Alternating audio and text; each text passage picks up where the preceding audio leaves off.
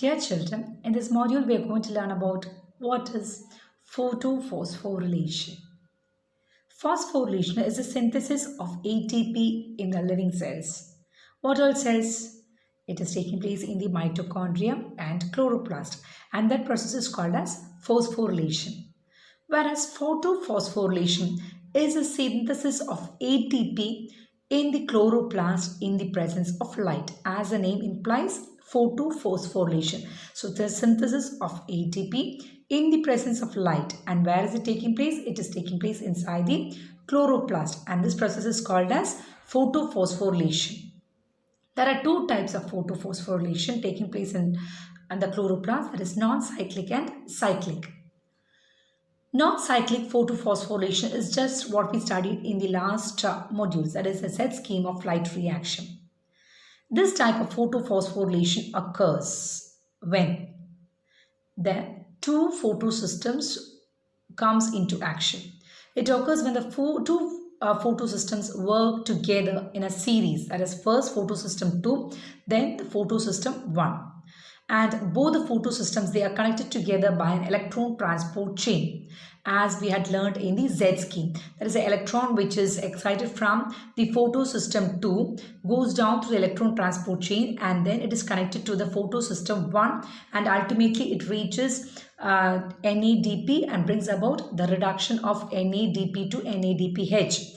And this reduction of NADP to NADPH is done with the help of an enzyme, and that enzyme is called as NADP reductase.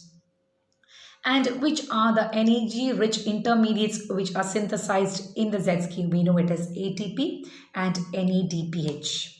Is it clear? So these are the energy-rich molecules which are synthesized during the process of the Z scheme of light reaction. In addition to NADP, one additional proton is also added when NADP is reduced to NADPH. It is actually the reduction takes place by NADP into NADPH plus H plus. That's why it is written ATP and NADPH plus H plus are synthesized during the Z scheme of light reaction. And this process is non-cyclic because we know the electrons which started from here does not return back to the photosystem 2. It is received ultimately by NADP and it gets reduced to NADPH plus H plus. So the electrons which is released by the photosystem 2 does not reach back to the photosystem 2. And this type of photophosphorylation which takes place during the Z scheme of light reaction is called as non-cyclic photophosphorylation. Then what is cyclic photophosphorylation? And what are the conditions when cyclic photophosphorylation takes place? And what is a site? The non-cyclic photophosphorylation takes place in the thylakoids, of the grana, whereas cyclic photophosphorylation takes place in the stroma lamella. And when does it take place? It takes place only when the photosystem 1 is functional. In the absence of photosystem 2 and when only the photosystem 1 is available or it becomes functional, the cyclic photophosphorylation takes place. The electron is circulated within the photosystem and ATP synthesis occurs due to a cyclic flow of electrons. That is, electrons which is released from the reaction center returns back to the photosystem, and that type of phosphorylation or photophosphorylation is called as cyclic photophosphorylation. The ATP is circulated within the photosystem and the ATP synthesis occurs due to the flow of electrons, cyclic flow of electrons. The thylakoids or the lamellae, they have both photosystem 1 and photosystem 2. As we had seen here, both photosystem 1 and photosystem 2 is present in the thylakoids or in the lamellae. In the case of stroma lamellae, only one type of photosystem is present. What is the type of photosystem? It is lacking photosystem 2 and only photosystem 1 is present. In addition to photosystem 2, it also lacks the enzyme NADP reductase. We had learned what is NADP reductase. It brings about the reduction of NADP to NADPH plus H plus. So the stroma lamellae lacks two structures. One is photosystem 2 and the other is the enzyme NADP reductase.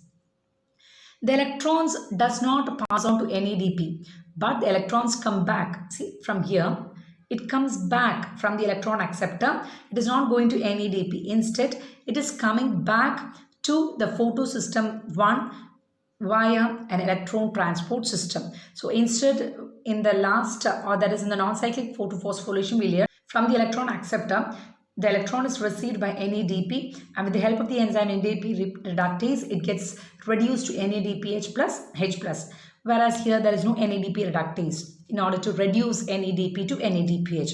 So the electron goes back, it takes another path. It goes back to the photosystem 1 through an electron transport chain. Here only ATP is synthesized. We can see when the electron is passing down the electron transport chain, or it is moving from one carrier to the other through the electron transport chain, energy is released, and during the release of energy, ATP is synthesized. So cyclic photophosphorylation, it occurs when only the wavelength of light is beyond 680 nanometers. You know, the reaction center is P700 and it absorbs the wavelength of light of 700 nanometers. So whenever the available light lacks, or it is having the wavelength beyond 680, the photosystem 2 cannot become functional. So which becomes functional? Only photosystem 1 becomes functional. So that's the first condition when cyclic photophosphorylation takes place, when the available light is having greater wavelength above or beyond 680 nanometers,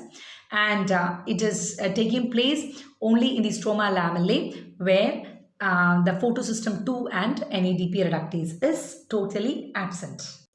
Dear children, in this module we learned about photophosphorylation, and which are of two types, cyclic and non-cyclic. In non-cyclic, which takes place in the thylakoids, both ATP and NADPH is synthesized. Whereas the cyclic photophosphorylation, which takes place in the stroma lamellae, only the ATP is synthesized. And that's about the cyclic and non-cyclic photophosphorylation. Thank you.